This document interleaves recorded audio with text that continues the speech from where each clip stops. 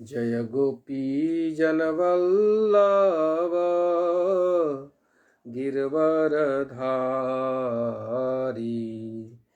यशोदानंदन ब्रज जन रंजन, यशोदानंदन ब्रज जन रंजन, जमुना तीरा बनचारी।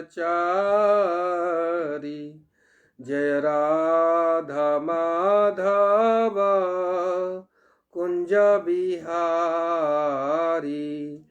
हरे कृष्णा कृष्णा कृष्णा हरे हरे, हरे राम राम राम हरे हरे। हरे कृष्णा कृष्णा कृष्णा हरे हरे, हरे राम राम राम हरे हरे। जय राधा श्याम सुंदर राधा श्याम सुंदर राधे। जय कृष्ण बलराम जय कृष्ण बलराम, कृष्ण बलराम जय कृष्ण बलराम। जय गौरनिताय जय गौरनिताय, गौरनिताय जय गौरनिताय। जय जय प्रभुपाद प्रभुपाद प्रभुपाद प्रभुपाद। श्री श्री राधा श्याम सुंदर भगवान की जय हो। श्री श्री कृष्ण बलराम की जय हो। श्री श्री गौर निताय की जय हो। शील प्रभुपाद की जय हो। श्री वृंदावन धाम की जय हो। नमो विष्णुपादाय कृष्ण पृष्ठाय भूतले, श्रीमते भक्ति वेदांत स्वामिनीति नामिने। नमस्ते सारस्वते देवे गौरवाणी प्रचारिणे, निर्विशेष शून्यवादी पाश्चात्य देश तारिणे। जय श्री कृष्ण चैतन्य प्रभु नित्यानंद, श्री अद्वैत गदाधर श्रीवासदि गौर भक्त वृंद। हरे कृष्ण कृष्ण कृष्ण हरे हरे, हरे राम राम राम हरे हरे। ओम नमो भगवते वासुदेवाय। श्रीमद् भागवत महापुराण दसम स्कंद प्रथम अध्याय श्लोक संख्या 37। आज इस प्रसंग में वसुदेव जी के द्वारा जन्म और मृत्यु के रहस्य को प्रकट किया जाएगा, जो वे कंस को समझा रहे हैं। तो श्लोक संख्या 37 की आवृत्ति करते हैं। दसम स्कंद प्रथम अध्याय श्लोक संख्या 37। वसुदेववाच श्लाघनीय गुणः सौरेर भवान् भोज यशस्करः, स कथं भगनीं हन्यात् स्त्रियम् उद्वाह पर्वणि। श्लाघनीय गुणः सूरैर् भवान् भोज यशस्करः, स कथं भगनीं हन्यात् स्त्रियम् उद्वाह पर्वणि। वसुदेव जी का यह वाक्य है। वे इस श्लोक में कह रहे हैं कंस को संबोधित करते हुए कि भवान भोज यशस्करः, आप भोज वंश के होनहार वंशधर हैं। और सुरैर श्लाघनीय गुणः, और बड़े बड़े वीर लोग आपकी प्रशंसा करते हैं। तो स कथम, आप कैसे भग्निम हन्यात, आप अपनी बहन का वध कर सकते हैं? क्योंकि स्त्रियम, ये तो एक स्त्री है, और उद्वाह परमणि, और विवाह का अवसर है। तो उसके पहले थोड़ा सा हम लोग एक दो श्लोकों पर विचार करें। ये कंस जो था उग्रसेन का लड़का था, और उग्रसेन जी का शासन मथुरा में चल रहा था, और उनके चचेरे भाई देवक जी की पुत्री देवकी का विवाह का अवसर था। उस देवकी जी का विवाह वसुदेव जी के साथ हो रहा था, वसुदेव जी के साथ।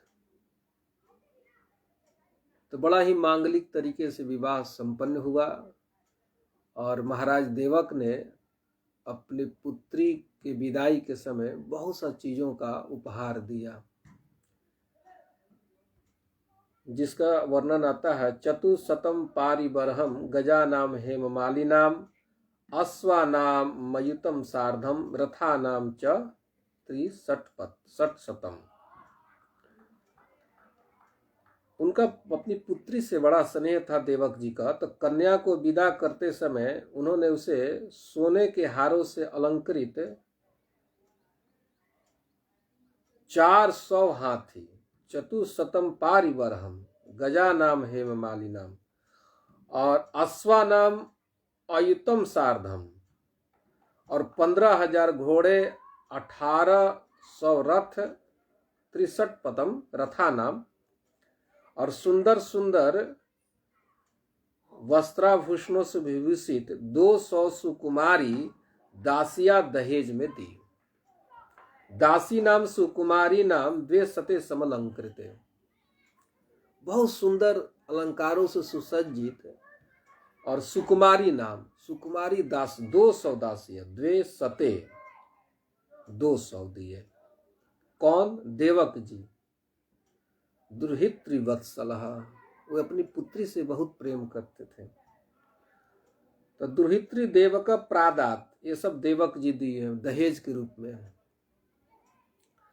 और जब वसुदेव जी का विवाह हो रहा था तो देवता लोग शंख तुर्य मृदंगश्च नेदुर्दुंदु भयम समम प्रयाण प्रक्रमे तावत बरबध्य सुमंगलम। तो विदाई के समय वर वधु के मंगल के लिए एक ही साथ कौन कौन से वाद्य यंत्र बज रहे थे? शंख बज रहा था, तुरही बज रहा था, मृदंगश्च मृदंग, और नेदुर्दुंदभया, और दुंदुभिया बजने लगी थी। समम, बहुत बढ़िया से बज रही थी, और मंगल का उद्घोष कर रही थी। और इतना मंगलमय था कि जो कंस, जो देवकी जी का जो चचेरा भाई था, तो वो स्नेह से पथि प्रग्रहिणम कंसम, तो उस रथ में जो देवकी जी वसुदेव जी बैठे थे, और रथ विदाई ले करके बढ़ रहा था आगे मथुरा में, तो कंस अतिशय स्नेह के कारण अपने बहन और बहनोई के जिस रथ पर बैठे थे उस रथ का सारथी का काम करने लगा, मतलब ड्राइविंग का काम करने लगा, और बड़ी प्रसन्नता से विदाई हो रही थी। तब तक अशरीर वाक आकाशवाणी ने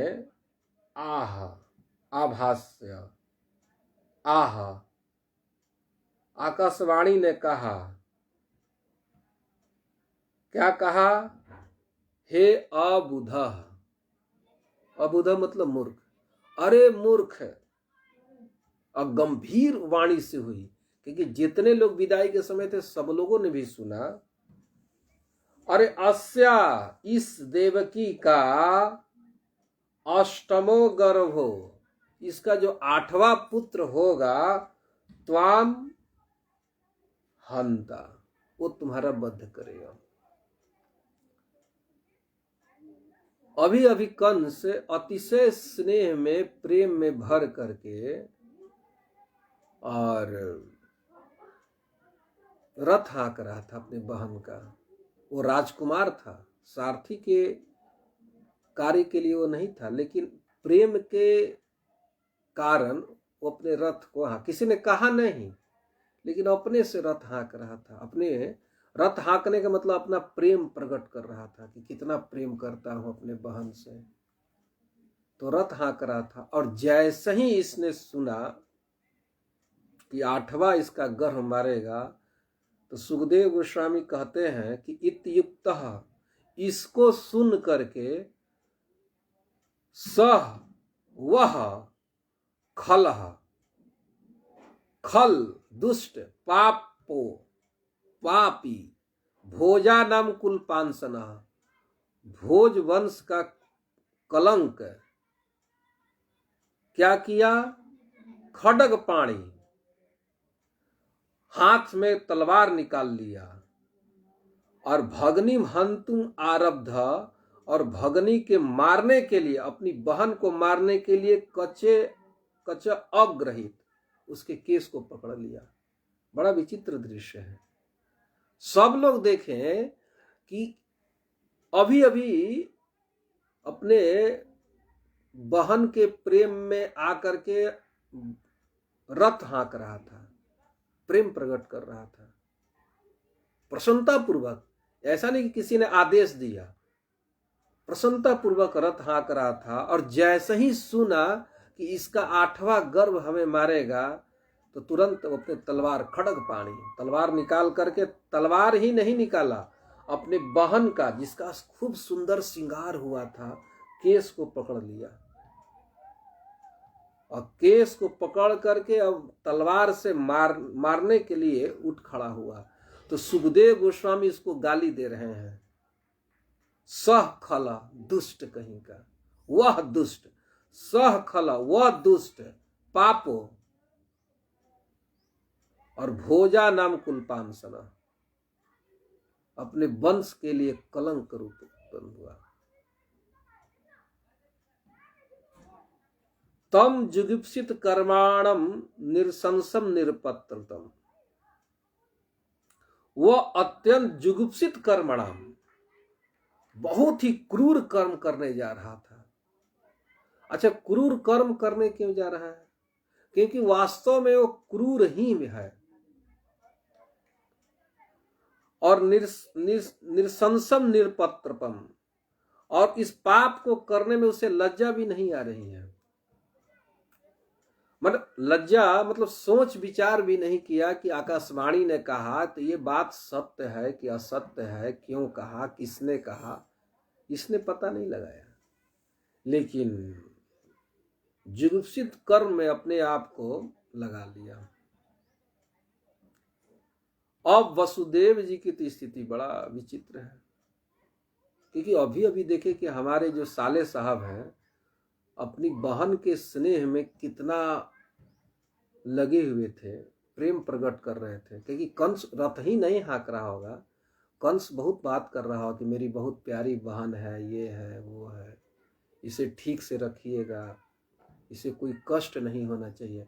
जैसा हम लोगों ने पढ़ा कि दासी नाम सुकुमारी नाम, महाराज देवक जी ने जो दासियां दिए थे, वो दासियां अतिशय सुकुमारी थी। तो देवकी जी के बारे में क्या कहना है, कितनी सुकुमारी थी। और दूसरी ही पल में एक आकाशवाणी ने कुछ कहा, उसको सुन करके इसका स्वरूप बदल गया, अर्थात जीव अपने स्वरूप में आ गया। कंस जैसा था औसे स्वरूप में आ गया। तो एक प्रश्न उठता है कि इस शुभ वेला में देवताओं को कहने की क्या आवश्यकता था कि इसका 8वां गर्भ मारेगा। तो इस पर भाव है आचार्यों द्वारा कि देवता लोग, भगवान को तो अवतार लेना था देवताओं के लिए ही, देवता लोग त्रस्त थे और भगवान ने कहा था कि मैं अवतार लूंगा ब्रह्मा जी की प्रार्थना पर, पृथ्वी का दुख दूर करूंगा और आप सब देवताओं का भी दुख दूर करूंगा। तो देवता लोग सोचे कि अरे रे रे रे, भगवान तो ऐसे हैं कि थोड़ी सी भक्ति में पिघल जाते हैं। तो जब भगवान को पता चलेगा कि हमारी माँ का रथ हाँक रहा था, सेवा कर रहा था, तो भगवान तो बस इसकी प्रेमी हो जाएंगे, तो अवतार लेने में बहुत देर कर देंगे भगवान, अवतार नहीं लेंगे, लेंगे लेकिन कहे तो है तो लेंगे ही, लेकिन देर हो जाएगी। और दूसरी इस पर विचार कीजिए कि कौन व्यक्ति किस स्वभाव का है ये कैसे पता चलेगा? तो कोई बात से, कोई घटना से पता चलता है उस व्यक्ति का स्वभाव। जैसे रामचरितमानस में सती अनुसुईया जी सीता जी से कह रही है, धीरज धर्म मित्र अरु नारी चारु परखी आपत काल। धीरज का, कोई व्यक्ति कितना धैर्य है, वान है, उसके धीरज का पता चलता है विपत्ति काल में। विपत्ति आती है तो पता चलता है कि कितना धैर्यवान है। और धीरज धर्म, धर्म का, हमारे जीवन में कितनी भी विपत्ति आती है तो विपत्ति काल में पता चलता है कि कितना मन भजन में लगा है उसका, कितना भजन में अनुराग है। क्योंकि विपत्ति आने पर जब भजन में प्रतिकूल भाव आने लगे कि इतना दिन से भजन कर रहा हूँ, शरीर में इतने कष्ट आ रहे हैं, इतनी आर्थिक संकट हो रहे हैं, नाना प्रकार की उपेक्षा हो रही है, और विपत्ति, इस प्रकार की विपत्ति या प्रतिकूलता आने पर भी भजन बना हुआ है, तो माना जाएगा भजन हो रहा है। पहले भी भजन हो रहा था, अब भी भजन हो रहा था। और भजन से व्यक्ति शिथिल हो जाए, भजन में दोष दृष्टि देखने लगे, तो भजन नहीं हो रहा था। धीरज धर्म मित्र, और मित्र का पहचान, और स्त्री पत्नी का, ये बातें सती अनुसुईया जी कहती हैं कि इन चारों की परीक्षा विपत्ति काल में होती है। आजकल तो ये स्पष्ट देखा जा रहा है कि मित्र, धर्म, स्त्री और धैर्य का प्रतिकूलता उपस्थित होने पर चारों का विलोप हो जाता है। व्यक्ति धैर्य छोड़ देता है और उद्विग्न होकर के व्यक्ति बहुत कुछ कर बैठता है, क्या क्या सोच बैठता है, और धर्म का त्याग कर देता कि बहुत भजन किया, कुछ इससे मिलने जुलने का है नहीं। शास्त्र में संत ऐसे ही कहते रहते हैं। और मित्र का, कई जीवन में मित्र छूटते चले जाते हैं। और स्त्री पत्नी का, तो इस संसार में सर्वत्र देखा जा रहा है कि किसी भी स्त्री का दुख का हेतु है कि प्रतिकूल स्थिति नहीं आनी चाहिए, अभाव नहीं आना चाहिए। क्योंकि जैसे ही अभाव उपस्थित हुआ तो उसके जीवन में देखा जाता है कि कटुता आ जाती है, दुख आ जाता है।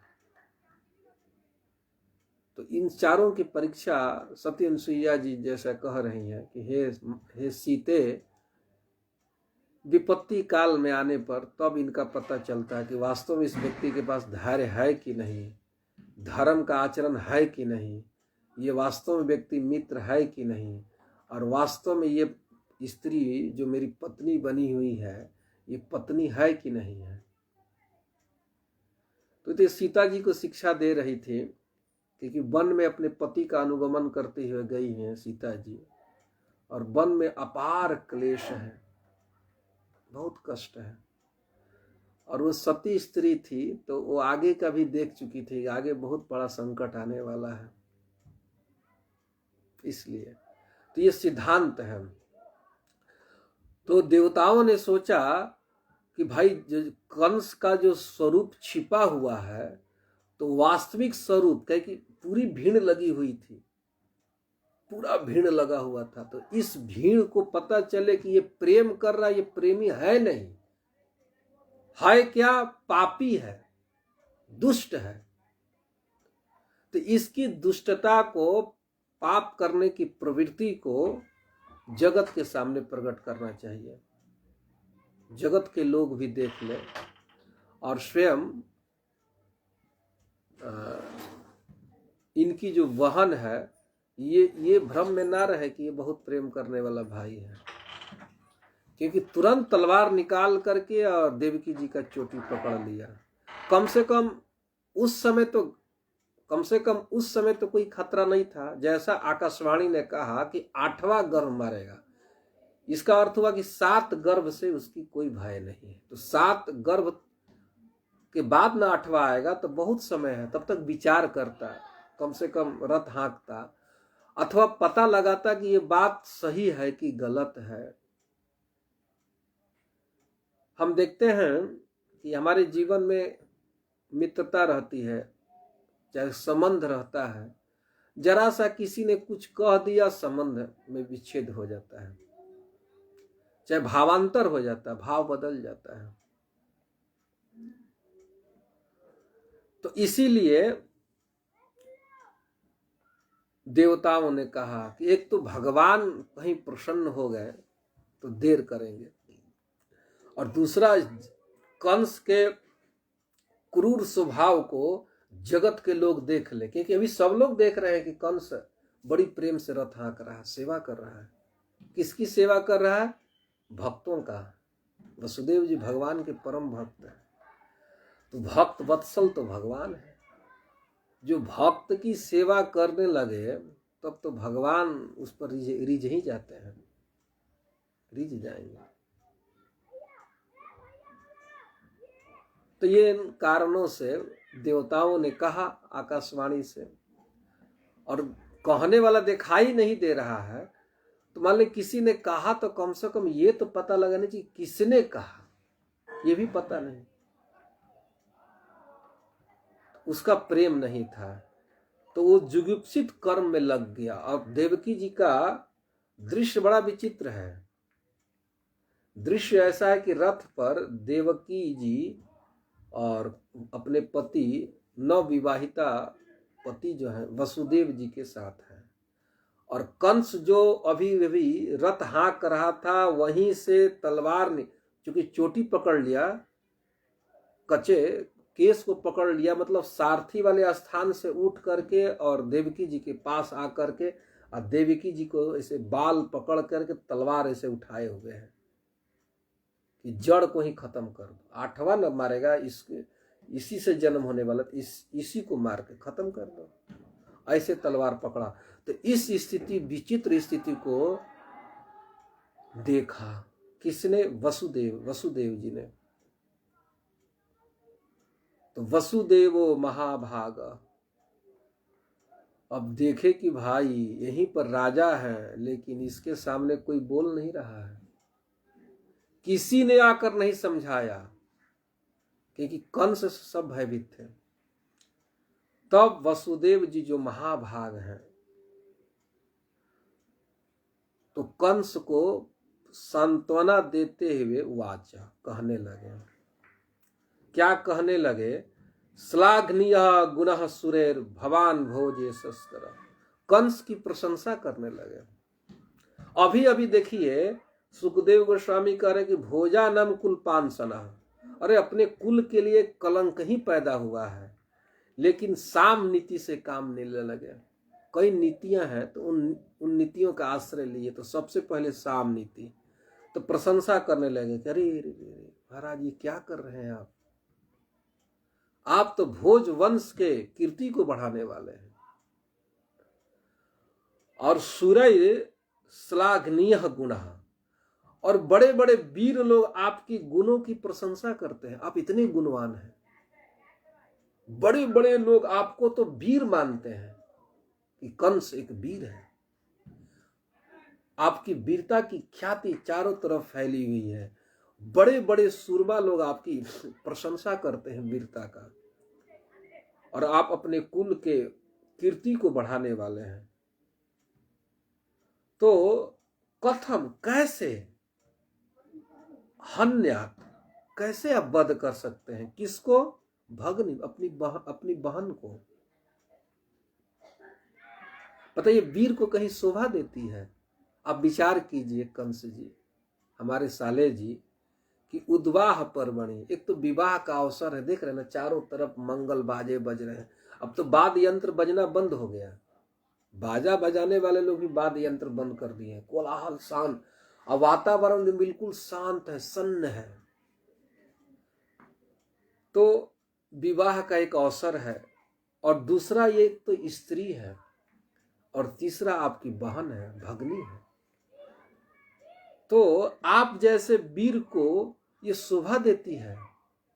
स्त्री कहने का अर्थ है कि अबला है बेचारी, देख रहे हैं ना, आपने चोटी पकड़ा है, प्रतिकार भी कर पाती है, ये आपकी प्रतिस्पर्धा में आ सकती है। ये तो जैसे आप कीजिएगा वैसे गाजर मूली की तरह इसको कर सकते हैं। स्त्री कहने का अर्थ है अबला है, और भगनी कहने का अर्थ है कि संबंध बता रहे हैं कि इससे आपका संबंध है, ये आपकी बहन है। और उद्वाह पर्वणि का कहने का अर्थ है कि अरे देख रहे हैं ना, अरे इसको एकांत में भी कर सकते थे। देखिए पूरा सभा देख रहा है, पूरा नगर देख रहा है, और आकाशवाणी से आवाज हुई तो आकाश से भी लोग देख रहे हैं। ये जो पाप आप कर रहे हैं तो सब लोग देख रहा है, सब लोग साक्षी हैं इस पाप के। तो कैसे, कथम, कैसे आप बहन का हत्या कर सकते हैं। तो मानो कंस कहा कि अरे भाई तुमने आकाशवाणी नहीं सुना, वसुदेव जी से कह करके कि इसका 8वां गर्भ हमें मारेगा, और मैं राजकुमार हूं, मैं जीवित रहना चाहता हूं, मैं मरना नहीं चाहता हूं, इसलिए इसको मार रहा हूं, और कोई हेतु नहीं है जीजा जी। मैं इसलिए इसको मारना चाहता हूं क्योंकि ये इससे उत्पन्न जो 8वां गर्भ होगा वो मेरा वध करेगा, मुझे मार देगा। तो मैं अपनी रक्षा के लिए इसको मार रहा हूं, मैं पाप कहां कर रहा हूं, मैं तो इसकी रक्षा के लिए, अपनी रक्षा के लिए इसका वध कर रहा हूं। तो मैं मरना नहीं चाहता हूं जीजा जी। मानो कारण प्रस्तुत किया। तब वसुदेव जी उसको ज्ञान देने लगे। ओहो, आप मृत्यु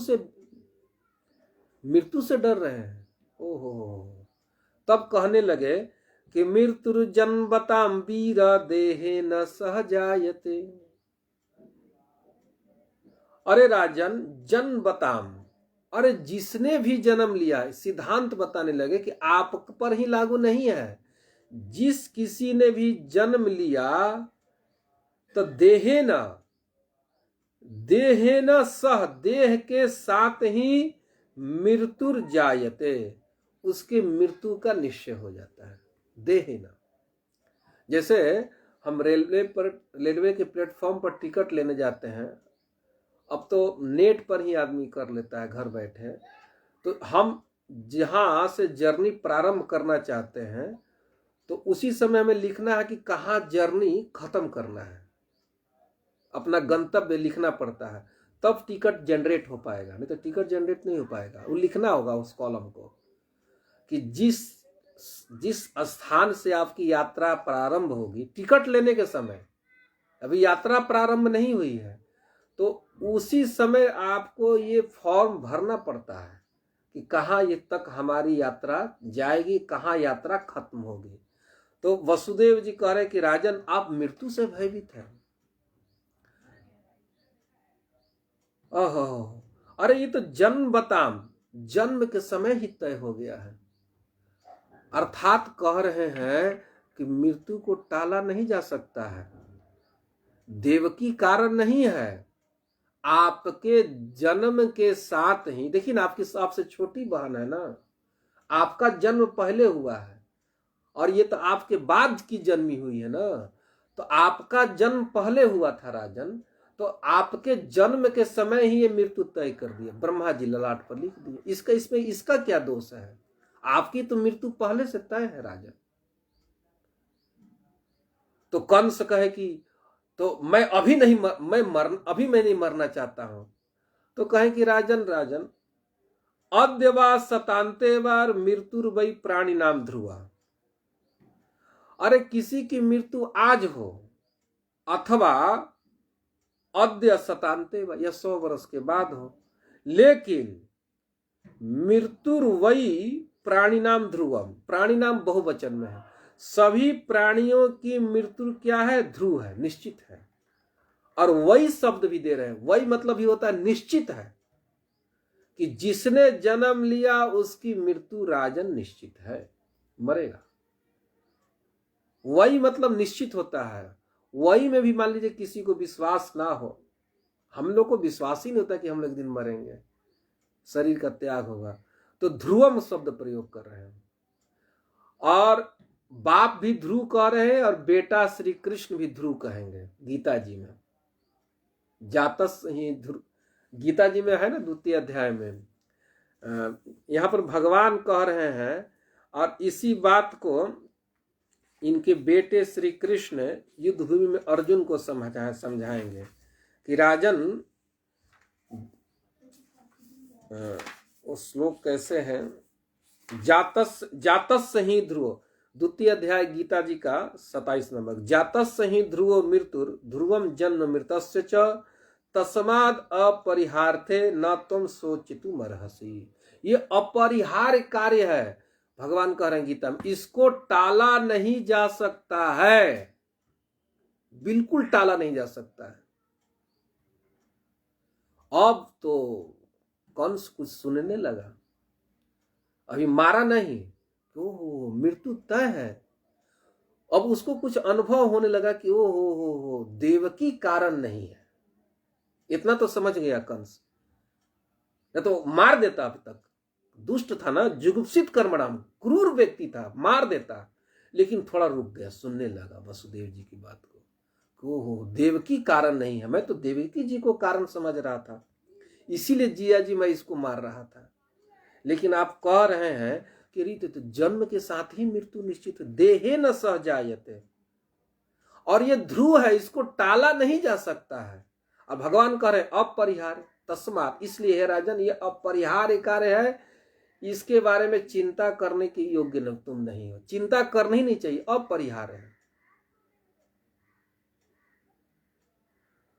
तो मानो वो कहे कि भाई एक और कारण है कि देखिए कि अभी अभी मैं राजकुमार हूं, अभी राजा भी नहीं बना हूं, मुझे बहुत भोग भोगने हैं, मुझे बहुत कुछ जीवन में देखना है, सुनना है, पता नहीं अगला शरीर, आप कह रहे हैं कि ये शरीर नष्ट होकर फिर दूसरा मिलेगा, तो पता नहीं उस शरीर में मैं कौन सा योनि में होऊंगा। अभी तो मैं राजकुमार हूं, तो राजोचित जो भोग है, बेस्ट भोग है, उसको तो मैं भोग लूं, बढ़िया बढ़िया कार पर घूम, रथ पर घूमूं, बढ़िया बढ़िया भोगों को भोगूं। अभी तो बहुत आयु मेरी लंबी है, मैं बहुत भोग भोगना चाहता हूं। तो कहे कि ना राजन, देहे पंचत्वमापन्ने देहि कर्मानुगो वशः देहांतर मनु प्राप्य प्राक्तनम तजते वपुः। तो कहते कि राजन ऐसा है कि देहे पंचत्वमापन्ने, देह जब पंचत्व मिल जाता है, किसका? देही का, जीव का। तो देहांतर, जब देह अंत हो जाता है, तो ये जब देह का अंत हो जाता है, देहांतर प्राप्त, उसे देह नया मिलता है, तब जाके उस देह को छोड़ता, इस देह को छोड़ता है। प्राक्तनम त्यजते बपु। हे राजन, ऐसा है कि ऐसा नहीं कि ये देह छूट जाएगा तब आपको अगला देह मिलेगा, नहीं राजन, पहला देह मिल जाता है तब ये देह छूटता है, ऐसा है सिद्धांत। और आपको अवश विवश हो करके कर्मानुगोह, आपके कर्म के अनुसार उस शरीर में जाना पड़ेगा। तो यह सिद्धांत प्रकट है कि अनु शब्द है, तो हमारा जो अगला शरीर है वो कैसा होगा, वो हमारे कर्म पर निरूपित है। तो देख लीजिए आप कैसा कर्म कर रहे हैं। अरे कंस जी, इसी जीवन का नहीं, अगला जीवन का भी तो चिंतन कीजिए। कि आपको ये जो क्रूर कर्म कीजिएगा तो फिर क्रूर शरीर, ऐसा पापी शरीर आपको प्राप्त होगा। और आपने सुना इस सिद्धांत को ना कि इस शरीर के जो पहला शरीर बन जाता तब ये शरीर छूटता है। ऐसा नहीं कि शरीर छूट गया। जैसे मान लीजिए कि हम लोग को नया घर में जाना है, ये घर को छोड़ने का आदेश हो गया, तो व्यक्ति पहले नया घर ढूंढता है तब पुराना घर छोड़ता है। ऐसा नहीं कि पुराना घर छोड़ करके रोड पर आ जाए अब तब नया घर ढूंढे, ऐसा नहीं। देहे पंचतोमापन्ने देही देहांतर मनु प्राप्य, तो पहले देह प्राप्त कर लेता है, स्थान फिक्स कर लेता है जहां जाना है, और तब त्यजते बपू, तब शरीर का त्याग करता है। तो कंस कहा कि इसको हम समझे नहीं, इसको जरा समझाइए। ये तो बहुत बढ़िया बात बता रहे हैं कि भाई हमारा जो जैसा कर्म होगा इस जन्म में तो वैसा ही अगला शरीर मिलेगा। ओहो हो, तो इसको जरा जिया जी ठीक से समझाइए। तो कह रहे हैं, दृष्टांत दे रहे हैं, ब्रजन तिष्ठन पदैकेन यथे वेकेन गच्छति यथा तीन जलौकेवम देहि कर्म गतिम गतः। तो दो उदाहरण वसुदेव जी दे रहे हैं कि देखिए जैसे ब्रजन तिष्ठन पदैकेन यथे वेदेन गच्छति, जैसे कोई व्यक्ति चलता है, चलने के क्रम में एक यथे एकेन गच्छति, एक पैर से चलता है। तो एक पैर से जब आगे बढ़ता है तो अपने शरीर का भार को, इसको रिप्ले में देख सकते हैं, जैसे क्रिकेट में रिप्ले दिखाते हैं ना धीरे धीरे, तो आदमी सब कुछ को आसानी से देख लेता है, शॉट को, उसकी बैट्समैन की। तो शरीर चलने के क्रम में अगले पैर को जब आगे बढ़ा लेता है और शरीर को भार को उस पैर पर रख लेता है, तब एके न पदेना, तब व्यक्ति दूसरा पैर को बढ़ाता है। ऐसा नहीं कि दोनों पैर एक के साथ चलते हैं। चलने के क्रम में ब्रजंती मतलब चलने के क्रम में तो व्यक्ति पहला पैर आगे बढ़ा करके स्थिर कर लेता, तब पीछे से दूसरा पैर उठाता है। तो इसी तरह से शरीर मिलता है। तो कंस फिर भी ताक रहा था। इतना तो तय हो गया अब कि कम से कम अब कंस बात सुनने लगा। फिर दूसरा उदाहरण दिए। अब वसुदेव जी पूरी तरह से ज्ञान समझा रहे हैं। वसुदेव जी भगवान के पिता हैं तो उनका तो ज्ञान अगाध है ना। तो दूसरा उदाहरण दिए कि तीर्ण जलौके, जैसे जलौका एक कीड़ा होता है, हम लोग गांवों में देखते हैं तो एक शाखा से दूसरे शाखा या एक पत्ते से दूसरे पत्ते इतना लंबा होता है। तो जाने में तो शरीर के अगले भाग को, उसका जो शरीर लंबा होता है हरा रंग का, अब तो कई रंग के भी दिखाई देने लगे, तो वो अगला भाग को दूसरे शाखा पर या पत्ते पर अवस्थित कर करके स्थिर करके और तब पिछला भाग उठाता है, जाता है।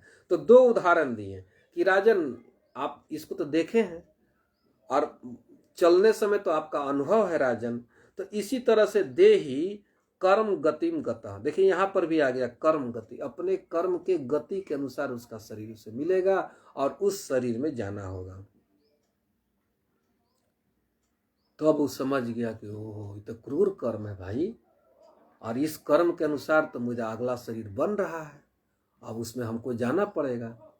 ये बहुत सुंदर सिद्धांत है, इतना सुंदर सिद्धांत है कि हम सबको आत्मसात करना चाहिए कि अगला शरीर हम इसी जन्म में तय कर लेंगे। व्यक्ति बहुत सोचते रहता है कि पता नहीं अगला क्या होगा कैसा होगा। अरे कुछ चिंता नहीं करना चाहिए, इसी समय खूब बढ़िया पुण्य करना चाहिए। पुण्य सबसे बढ़िया है कि भगवान का नाम भजन करे, भजन के साथ ये करे। इस सिद्धांत इस प्रसंग से आ रहा है कि किसी भी प्राणी से द्रोह ना करे, किसी को कष्ट ना दे, न शरीर से न मन से न वचन से, और साथ ही साथ किसी में आसक्ति भी ना रखे, न राग रखे न द्वेष रखे। भजन करता हुआ चले और कहीं राग द्वेष ना रखे, ना अपने इंद्रियों में किसी भी विषय वस्तु पदार्थ व्यक्ति में ना राग रखे ना द्वेष रखे। जैसे मान लीजिए रसगुल्ला मिला तो बहुत अच्छा लगा इंद्रियों को, जीभ को, लेकिन करेला का सब्जी मिलता है। मैं एक बार दिल्ली मंदिर में, इस्कॉन में था, राधा पार्थ मंदिर में, तो एक वैष्णव को उस दिन प्रसाद में करेला, ये करीब 15-16 साल पहले की बात है, करेला, दाल भात सब्जी और रोटी था। तो सब्जी में करेला का सब्जी था। करेला कितना तीता होता है, मतलब तीखा, मतलब उसका स्वाद है बहुत अच्छा नहीं माना जाता है, लगता भी नहीं है। मैंने करेले की सब्जी हो लेकिन उसके साथ भी कुछ दूसरा सब्जी हो तो व्यक्ति खा लेता, लेकिन केवल करेला, तो हमारे प्लेट में इतना ला करके दे दिए कि प्रभु जी लीजिए। और मैं तो बहुत छोटा वैष्णव था, वो बहुत सीनियर ब्रह्मचारी थे, और वो हमारे प्लेट में डाल दिए कि प्रभु जी खाइए खाइए। अब तो हमको जो दिया गया वही भारी था, अब उन्होंने दे दिया, और सभा में बैठे हैं, प्रसाद छोड़ना भी नहीं है। तो करेले में भी राग द्वेष नहीं। तो मैं इसी सोच कर खा गया कि भगवान का प्रसाद है, जीभ का ध्यान नहीं दिया। मैं करेला उतना पसंद नहीं करता था, लेकिन उस दिन तो करेला ही केवल मिला, और ऊपर से ब्रह्मचारी जो थे, बहुत सीनियर वरिष्ठ ब्रह्मचारी, वो डाल दिए, हमारे बगल में बैठे हुए थे। अब तो मात्रा बहुत ज्यादा हो गया, तो मैं आंख मूंद करके खाता गया, और कोई उपाय नहीं था।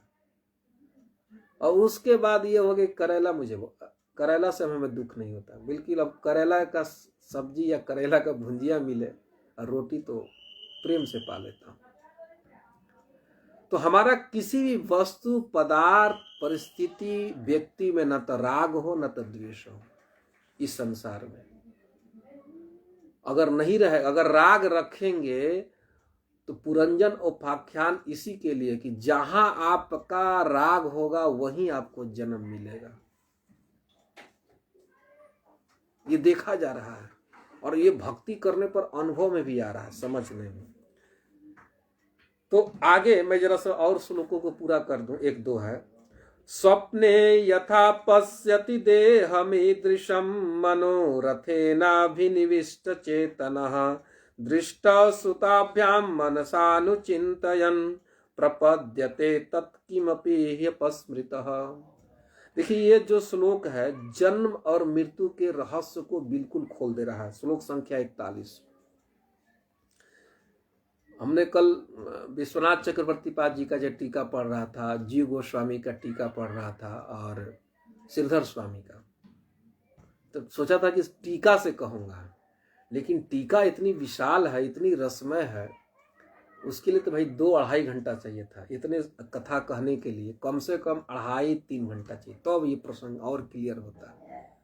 बड़ी सुंदर तरीके से जीव गोस्वामी का तो थोड़ा सा क्लिष्ट पड़ता है, लेकिन विश्वनाथ चक्रवर्ती पाद ठाकुर जी का और श्रीधर स्वामी का ये थोड़ा आसान है। उसमें भी श्रीधर स्वामी का तो टीका थोड़ा छोटा छोटा है, लेकिन विश्वनाथ चक्रवर्ती पाद जी का बहुत लंबा लंबा है टीका। मैं रात को पढ़ रहा था तो फिर विचार आया कि इसमें अगर डूब जाऊंगा तो बहुत 2-3 घंटे कथा कहनी पड़ेगी, तब भी भाग क्लियर होगा। इस श्लोक की बहुत सुंदर व्याख्या चक्रवर्ती पाद जी ने किया है।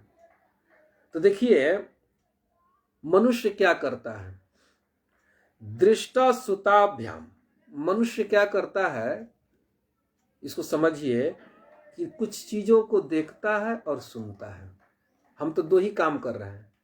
किसी भी वस्तु का जानकारी कैसे होता है, हमको देख करके और सुन करके, और जो कुछ हम देखते हैं सुनते हैं उसी का मन अनुचिंतन, हमारा मन चिंतन करता है।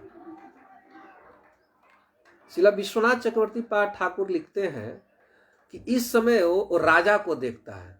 हर व्यक्ति अपने से श्रेष्ठ समृद्ध व्यक्ति को देखता है, अपने से सुंदर व्यक्ति को देखता है, अपने से समृद्ध व्यक्ति को देखता है। तो विश्वनाथ चक्रवर्ती पाद ठाकुर कह रहे हैं कि व्यक्ति राजा के बारे में सुनता है कि राजा के पास इतना भोग है, तो इसको देखता है आंख से, क्योंकि राजा स्पष्ट दिखाई देता है। और इंद्र स्वर्ग के भोगों के बारे में श्रुतियों से सुनता है कि स्वर्ग में इतना भोग है। और श्रीमद् भागवत महापुराण के 8वें स्कंद में वामन भगवान के चरित्र में 8वें स्कंद में 15 या 16 अध्याय में विस्तार से स्वर्ग का वर्णन किए हैं सुखदेव गोस्वामी। तो उसको सुनने के बाद तो मन लुब्ध हो जाता है। स्वर्ग में भगवान गीता में जब कहते ते वहां पर विशाल सुख है, वैभव है, बहुत सुंदर वैभव है। तो उसके बारे में सुनता है और क्या करने लगता है? मन अनुचिंतन, अनुचिंतन मतलब मन उसी का अब चिंतन करता है, अनुचिंतन। कभी कभी हम लोग बैठ करके विचार करना चाहिए कि मन सोच क्या रहा है 24 घंटा, किसका चिंतन कर रहा है? उसी का चिंतन करता है जिसको हम देखते हैं, सुनते हैं। क्या? इसी संसार के। जैसे कल मैं वर्णन किया था द्वितीय स्कंद का 6ठे अध्याय का, बड़ी क्लिष्ट श्लोक थे लेकिन मुझे बहुत प्रिय लगा। यद्यपि मैं व्याख्या नहीं कर पाया, लेकिन मेरी इच्छा है कि उसको बार बार पढ़ें, बार बार पढ़ें। तो व्यक्ति इन भोगों को देख करके, सुन करके मन उसी का चिंतन करता है। हमारा अभी लीला चिंतन नहीं होता है, राग के बातें का चिंतन होता है, द्वेष का, काम का, क्रोध का। ये बिल्कुल हम सब बिल्कुल अच्छी तरह से जांच सकते हैं कि हमारा मन कहाँ रहता है 24 घंटा, किसका चिंतन करता है। तो व्यक्ति चिंतन करता है तो देखता है कि मैं भी एक दिन राजा बनूंगा, क्योंकि अब तो मन में सोचने में क्या है, मन से चिंतन करता है। तो उदाहरण दे रहे हैं कि यथा सपने, स्वप्न का। तो व्यक्ति क्या करता है? उसी शरीर को क्या करता है? सपने पश्यति, सपने में देखने लगता है।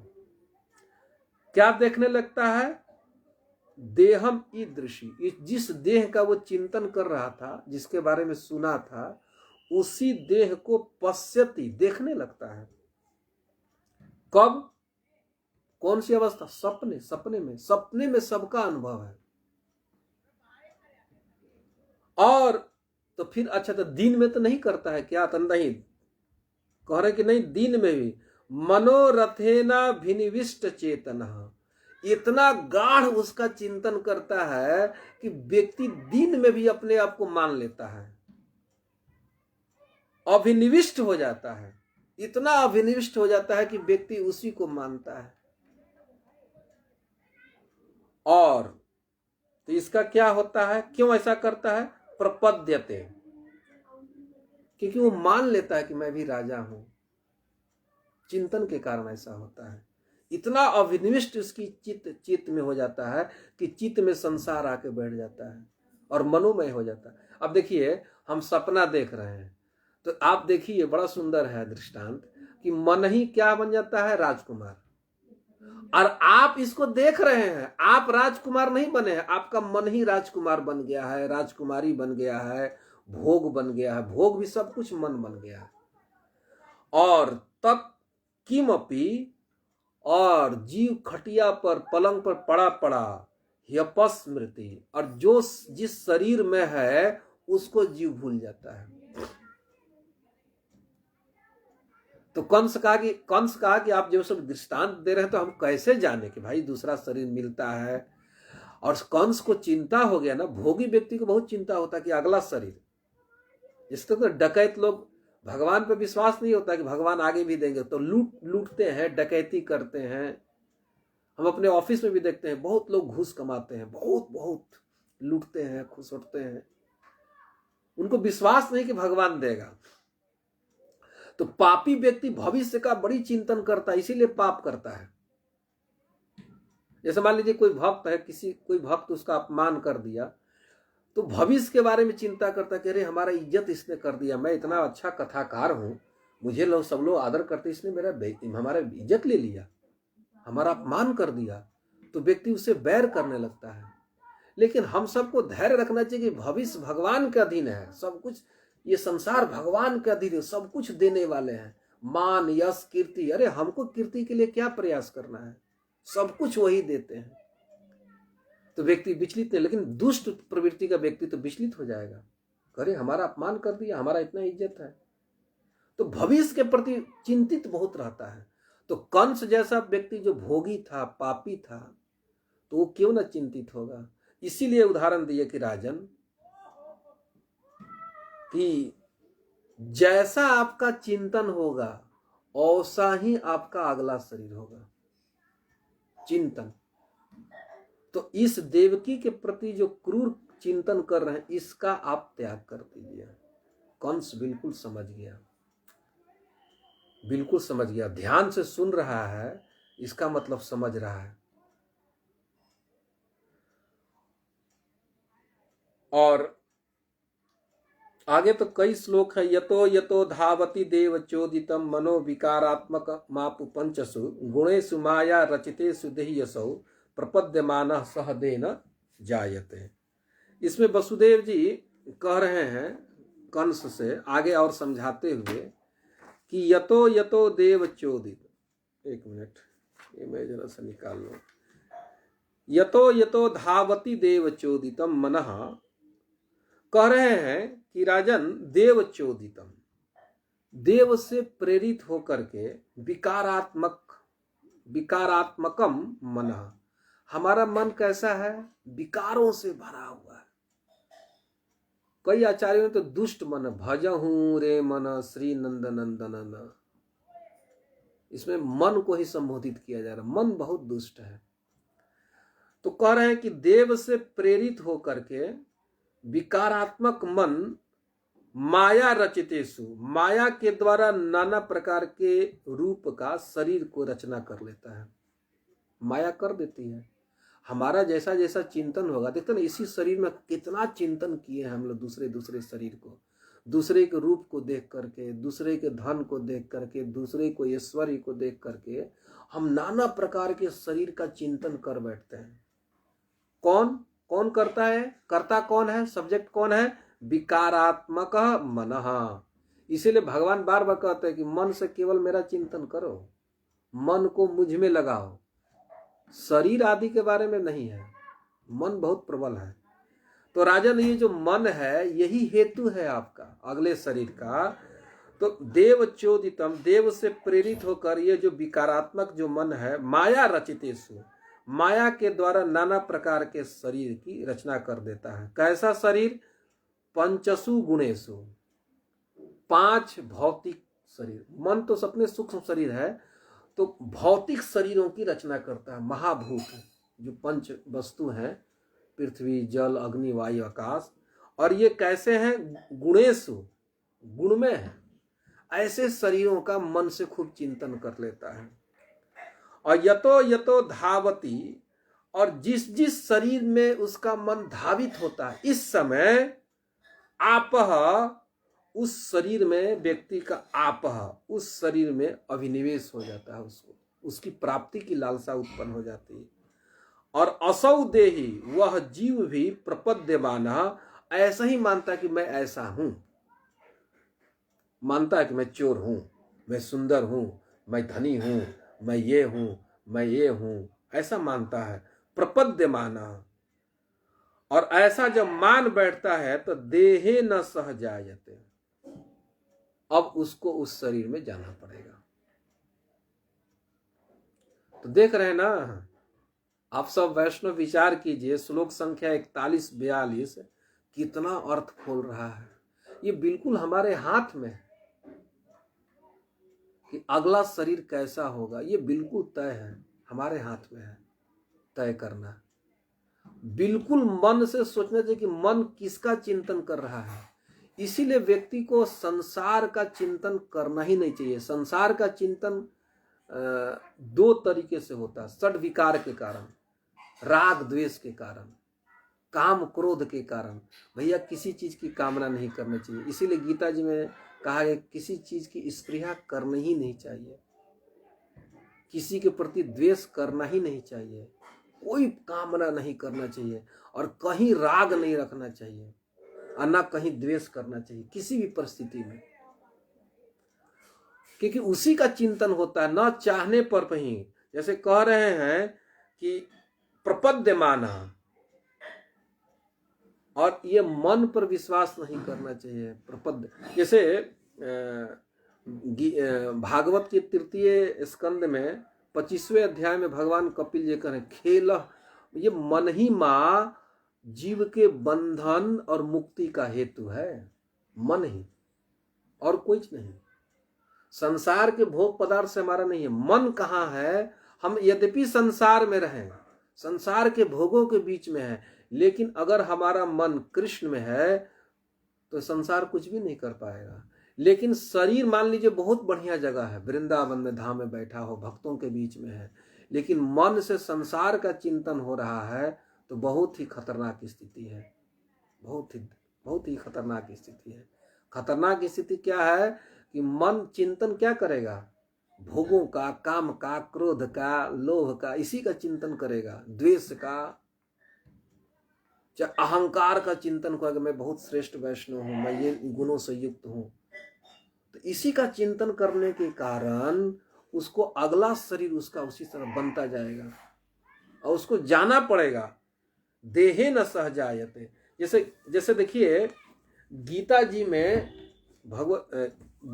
में 15वें अध्याय में भगवान इसको कहे हैं देहांतर के बारे में, कि गीता जी का एक श्लोक है जिसमें भगवान कहते हैं कि शरीरम यद्वापनोति यच्चाप युत क्रामितीश्वर गृहीत वैतानि संयाति वायुर्गंधा निवासया।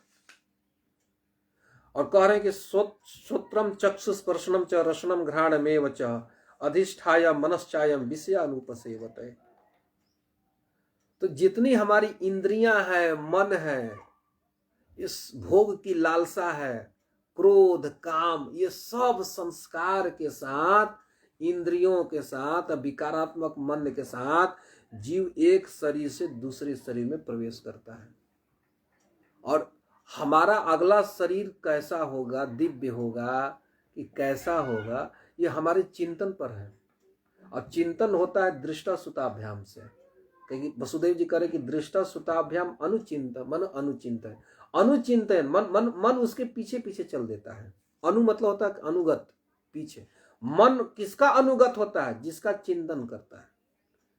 और कहते हैं भगवान गीता जी में कि विमूढ़ा नानुपश्यन्ति, जो मूर्ख व्यक्ति हैं, जो जड़ हो गए हैं, इस चीज को नहीं देख पाते हैं। तो कौन देखते हैं? पश्यन्ति ज्ञान चक्षुषः,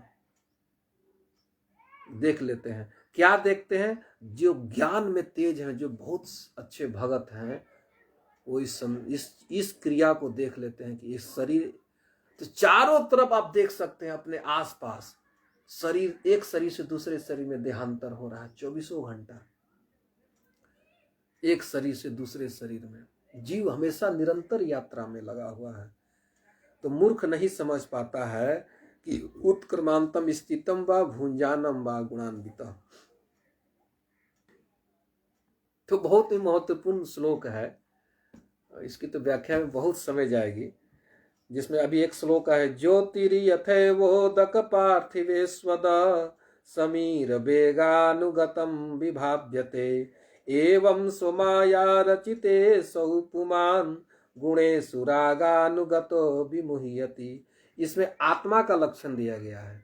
मैं इसकी व्याख्या नहीं करता हूं। जैसे एक घड़ा है, उसको छत पर रख दीजिए और उसमें जल भर दीजिए, तो जो सूर्य का प्रतिबिंब या चंद्रमा का प्रतिबिंब, चंद्रमा आकाश में है, लेकिन चंद्रमा का प्रतिबिंब उस जल में दिखाई देने लगता है।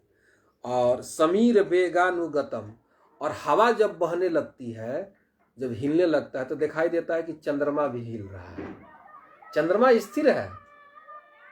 तो इस श्लोक में शरीर के और आत्मा का और विलक्षण वर्णन किया गया। ये सब हम सब अनुभव कर सकते हैं कि हम में कोई भी सुख दुख राग, ये सब जो भी परिस्थितियां हैं, वो हम में नहीं है, ये सब शरीर का। हम तो चिन्मय हैं, भगवान के अंश हैं, हम में कुछ हो नहीं रहा है। जैसे इस श्लोक में दृष्टांत दिया गया है ज्योति का।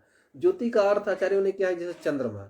आकाश में चंद्रमा अगर उगा हुआ है और आप अपने छत पर किसी पात्र में, बड़े पात्र में, इसको अच्छी तरह से समझने के लिए कठपत ले जा करके उसको रख दीजिए, और पानी जब स्थिर हो जाएगा तो चंद्रमा उस जल में प्रतिबिंबित होता है, चंद्रमा उस जल में आ जाता है। और जब समीर जब हवा बहने लगती तो पानी में भी हलचल हो जाता है, पानी हिलने लगता है, तो दिखाई देता है कि चंद्रमा भी ऐसे ऐसे हिल रहा है। चाहे आप खड़े हो जाइए समुद्र के किनारे, चाहे जहां पर पानी में लहर आ रहा है, तो आपका भी परछाई देखिएगा ऐसे ऐसे हो रहा है। अरे आप खुद देख सकते हैं कि आप खड़े हैं, आप में कोई चंचल्य नहीं है। तो ये सब जितने भी गुण दिखाई दे रहे हैं या दोष, ये सब परछाई में है, हम में नहीं है भाई। हम तो जैसे हैं वैसे खड़े हैं। तो उसी प्रकार से हम चिन्मय आत्मा है, तो ये आत्मा में किसी भी प्रकार का गुण का आरोप नहीं कर सकता व्यक्ति। लेकिन जो विमूढ़ है वो तो देखता है शरीर में कि अरे हमारा शरीर एक दिन नष्ट हो जाएगा, हम बच्चे हैं, हम अमीर हैं, हम गरीब हैं, हम ये हैं, हम बीमार हैं। ये शरीर के लक्षण है, जीवात्मा का नहीं है। क्योंकि जीव कई आवरणों से ढका हुआ है। तीव्र जब भजन करते हैं तो हम इसी आत्मा को देखने लगते हैं। जैसे एक दिन मैंने कहा था आपको कि दृष्टा है भगवान, उसी 5वें अध्याय 2 स्कंद में है। तो हम अपने को देख सकते हैं कि हम शरीर से भिन्न हैं। बड़े बड़े भक्त लोग देखते हैं कि इस संसार में हम नहीं हैं, संसार हमसे अभिन्न है। तो इस श्लोक में अच्छा इसमें कह रहे हैं कि इस गुणेषु रागानुगतो विमुह्यति। क्या करता व्यक्ति? गुणेषु, गुणों में स्थित हो जाता है, और रागानुगतो, और इन गुणों से राग कर लेता है। इसी संसार से राग करके विमुह्यति, मोह प्राप्त हो जाता है, मोहित हो जाता है, अंधा हो जाता है संसार में राग। इसलिए संसार में राग नहीं करना चाहिए, अनाद्वेष करना चाहिए। तो कह रहे हैं कि इसलिए हे राजन, ये तो तय हो गया। अरे आपका इस जीवन भी बड़ा धन्य रहेगा, अगला जीवन जितनी और शरीर आप धारण करेंगे वो अभी आप बैठे बैठे तय कर लेंगे। पाप करने की कोई जरूरत नहीं है। तो तस्मान न कश्चित द्रोहम आचरित स तथा विदा। एक सिद्धांत दे रहे हैं, इसलिए हे राजन, तस्मात, जो अपना कल्याण चाहते हैं, आत्मनः क्षेमम इच्छन, जो अपना कल्याण चाहते हैं, तो उनको क्या करना चाहिए? कश्चित, किसी से द्रोहम न आचरित, किसी से द्रोह नहीं करना चाहिए, किसी भी जीव से द्रोह नहीं करना चाहिए। क्यों? क्योंकि द्रोहम, जो व्यक्ति द्रोह करता है तो परतो भयम, उसे दूसरे से भय होता है। फिर यहां सिद्धांत दे रहे हैं कि देखिए कहीं आप देवकी जी को मारेंगे ना, ये द्वेष, ये द्रोह करेंगे तो इस द्रोह से आपको भय होगा। जो भी व्यक्ति पाप करता है तो पापी व्यक्ति को भय उत्पन्न हो जाता है जीवन में। कोई किसी का हत्या कर दिया, चाहे किसी का सामान चुरा लिया, तो उसके जीवन में भय आ जाता है, छा जाता है।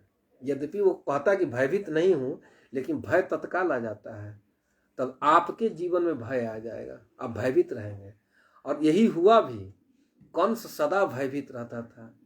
ये इसमें श्लोक आएगा कि भय में इतना कृष्ण का चिंतन करता है कि खाते पीते कृष्ण का ही चिंतन करता था। वो बड़ा सुंदर श्लोक है कि आसीन, वो क्या करता था? आसीन संविष्टन तिष्ठन भुंजान पर्यटन महीन चिंतयानो ऋषिकेशम अपश्यत तन्मयम जगत। इतना भय का चिंतन करता था कि पूरे कृष्ण को ही, पूरे जगत को ही कृष्ण में देखने लगा। इस पर जीव गोस्वामी ने टीका में लिखा है भक्ति रसामृत सिंधु में कि अनुकूल्य, ये अनुकूल चिंतन नहीं है।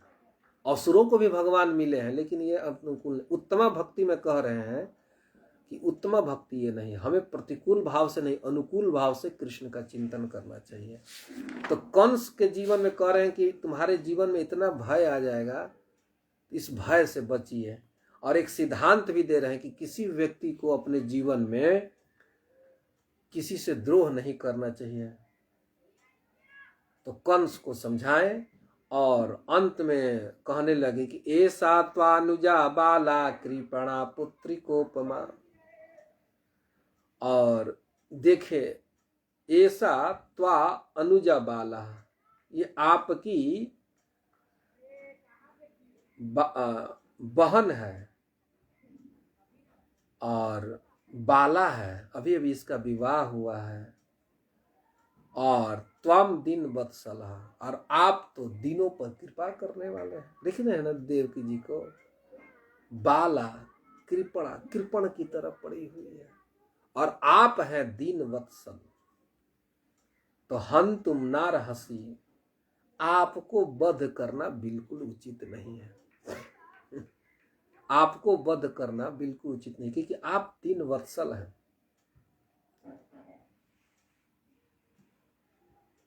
तब कंस देवकी जी का चोटी छोड़ दिया। तो मैं ये जो श्लोक प्रस्तुत किया प्रसंग, जो वसुदेव जी कंस को कह रहे हैं, तो कंस पर इसका प्रभाव तो क्या पड़ा, नहीं ही पड़ा। जन्म मृत्यु का रहस्य वो पाप में लग ही गया। 6 पुत्रों को मारा, 8वें को ही मारने के लिए गया, और उसके पूर्व अपने बहन देवकी वसुदेव जी को कारागृह में डाल दिया। लेकिन ये जो सिद्धांत है जन्म मृत्यु का, ये सब हम सब के लिए भागवत में दिया गया है। तो ये जो श्लोक्स हैं जन्म और मृत्यु के रहस्य को खोलते हैं, और बहुत सुंदर है श्लोक 41-42 कि हमारा अगला शरीर कैसा होगा ये बिल्कुल अभी के चिंतन पर निर्भर करता है, और हम चिंतन उसी का करते हैं जिसको हम देखते हैं, सुनते हैं। और भूल करके भी इस संसार में हमको राग नहीं रखना चाहिए, कहीं पर हमारा राग नहीं रहना चाहिए। तो ऐसा करेंगे, खूब सुंदर चिंतन होगा, तो अगला शरीर बिल्कुल दिव्य होगा। ये हमारे हाथ में है। तो कथा को यहीं विराम देते हैं, पुनः अगले सत्र में हम सब मिलेंगे। तब तक के लिए जय श्रील प्रभुपाद।